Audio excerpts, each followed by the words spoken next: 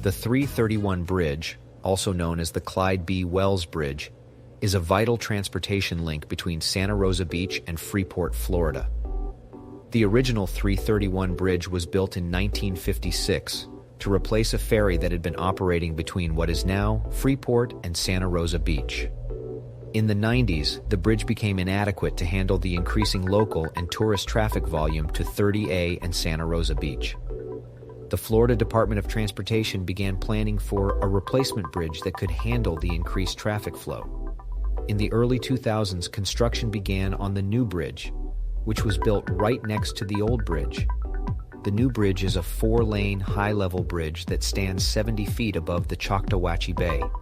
It is named after Clyde B. Wells, a local businessman and civic leader who played a key role in advocating for the construction of the new bridge.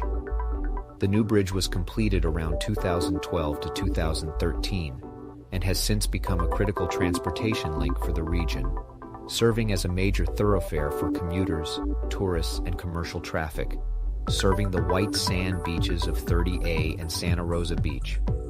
The 331 bridge has played a significant role in the economic and social development of the region, and it continues to be a vital transportation link for the communities it serves. Our network of 1031 exchange professionals can assist you with the sale or purchase of any vacation or income-producing property in the United States. Be sure to visit our site at usa1031.com to learn more about deferring your capital gain taxes. Enjoy the rest of this tour, and be sure to like and subscribe to see more 1031 exchange areas.